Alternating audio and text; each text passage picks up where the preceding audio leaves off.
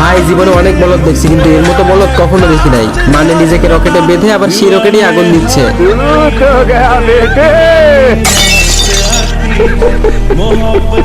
এইবার দেখেন বলদে কামটা করছে কি, সস্তা সুপারম্যান সেজে আসছে।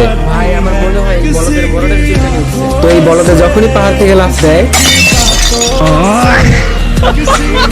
তো এতবার মারা খাওয়ার পরে এই বলদের শিক্ষা হয় নাই। আজকে একটা ফ্রিজ তার পিঠে বেঁধে নিছে, আর সেই ফ্রিজের বরফ দিয়ে স্কেটিং করতেছে। সবকিছুই ঠিক আছে, কিন্তু আমার কথা হচ্ছে এই হালায় ব্রেক লাগাবে কেমনে?